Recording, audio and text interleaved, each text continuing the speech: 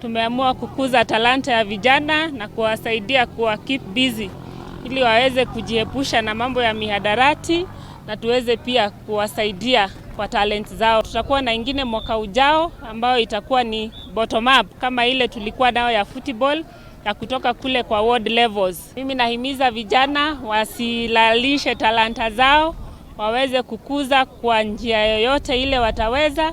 Wakipata platforms kama hizi wajitokeze kwa wingi.